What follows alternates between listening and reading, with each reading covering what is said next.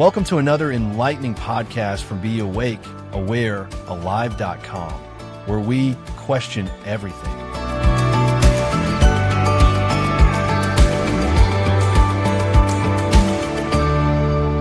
Some experts say our ancestors ate 3 times a week, not 3 times a day, by the Be Awake, Aware, Alive.com team.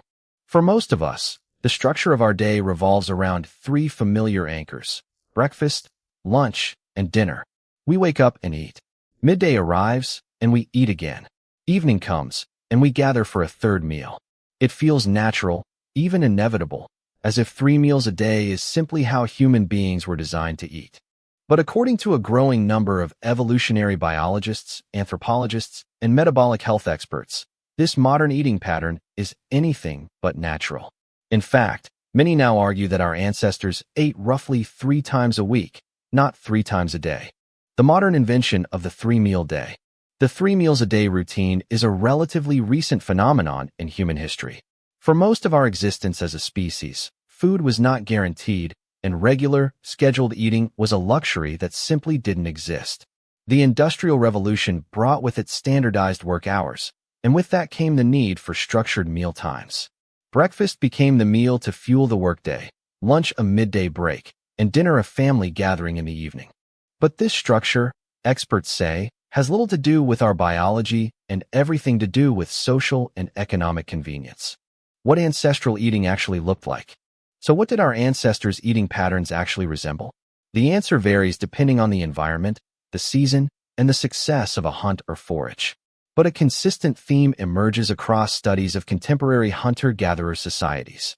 The closest living proxy we have for our evolutionary past, they did not eat every day, and they certainly did not eat 3 times a day. Instead, their eating was episodic. A successful hunt might yield a large kill, providing a feast that could sustain a group for days. Between hunts, there might be long stretches with little to no food, sometimes up to 18 to 24 hours without eating, and in some cases, even longer. Over the course of a week, a hunter-gatherer might have eaten only 2 or 3 substantial meals, supplementing with small snacks like nuts, berries, or insects when available.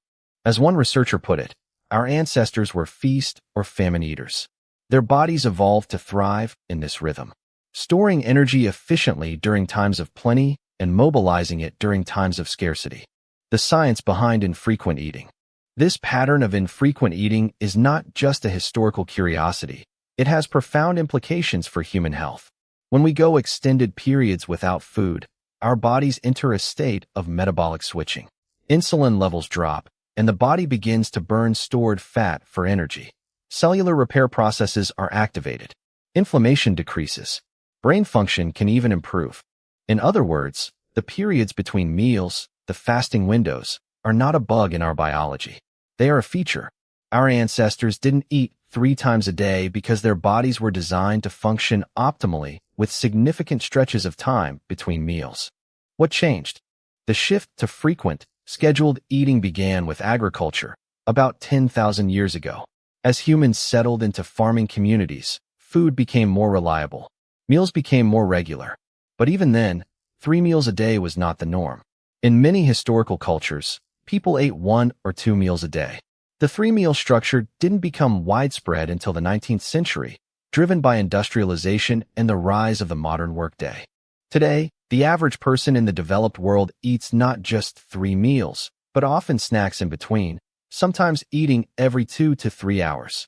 This constant grazing keeps insulin levels elevated throughout the day, which over time can contribute to insulin resistance, obesity, and metabolic disease.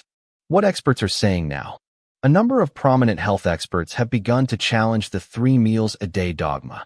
Dr. Jason Fung, a nephrologist and author of the Obesity Code, has long argued that frequent eating is a primary driver of obesity and type 2 diabetes. He points to ancestral eating patterns as evidence that our bodies are not designed for constant food intake. Similarly, a leading researcher in circadian biology has shown that time-restricted eating, condensing food intake into a shorter window each day, can have profound health benefits, aligning more closely with how our ancestors ate. Even mainstream nutritionists are beginning to acknowledge that meal frequency matters less than total calorie intake in metabolic health. The old advice to eat small meals throughout the day to keep your metabolism running has been largely debunked. What this means for you. Does this mean you should suddenly start eating only 3 times a week? Not necessarily. But it does suggest that the modern obsession with constant eating may be doing more harm than good. Experts recommend experimenting with intermittent fasting. Whether that means skipping breakfast, eating within an 8-hour window, or occasionally going a full day without food. These approaches mimic the feast or famine rhythm our ancestors lived with for millions of years. The takeaway is simple. You don't need to eat as often as you think you do. Your body is equipped to handle extended periods without food. In fact, it may even thrive on them. The 3 meals a day routine is a social construct, not a biological necessity. Our ancestors survived and thrived on far less. Maybe it's time we listen to what their bodies and ours are trying to tell us.